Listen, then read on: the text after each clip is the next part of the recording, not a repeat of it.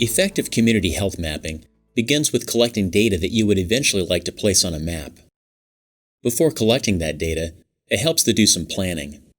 It is important to think about the goals of your data collection project before you try to collect the data. Thinking through the end goal of the project will help you determine what data elements you need to collect. What questions are you trying to answer with your mapping project? For example, suppose you want to answer the question, where is the closest tree? To answer this location question, you would need to map the location of trees. Suppose you were addressing the question, how far is the bike rack from the front door?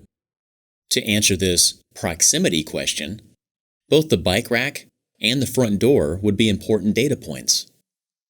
If you are seeking to answer the question, how many disability parking places surround the building? This is a density question, so you would need to map the locations of those parking spaces. For the purposes of this online workshop, we suggest collecting data about some features that you are likely to find rather easily regardless of your location. Things like benches, signs, trees, bike racks, and disability parking spaces. These are just suggestions. You can substitute your own choices if there are other features you would rather map. Collecting your data first involves building a data collection form using a computer, and then loading that form onto a smartphone to physically go gather the data. In this course, we will demonstrate this process using Fulcrum, although other tools are also available. NLM does not endorse any particular product, service, or developer. We will look at how to build your data collection form in the next lesson. For now, we will continue to think through the planning. Essentially, your data collection form will be a set of questions that you want to have answered in the field. Fulcrum has several types of questions that can be asked, differentiated by the expected type of response to each question. For example, if you want the data collectors to record the type of tree found at a specific location, this would be a text response. If you want data collectors to record the number of bicycles locked to a bike rack, this would be a numeric response. Or, if you want data collectors to snap a photo of the object or location, this would be a photo question.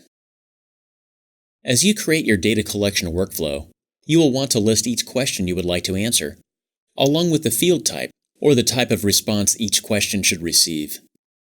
For this online workshop, we plan to ask the following questions. What type of infrastructure is it? This will be a multiple choice field, because we plan to give the data collector a few options from which to choose.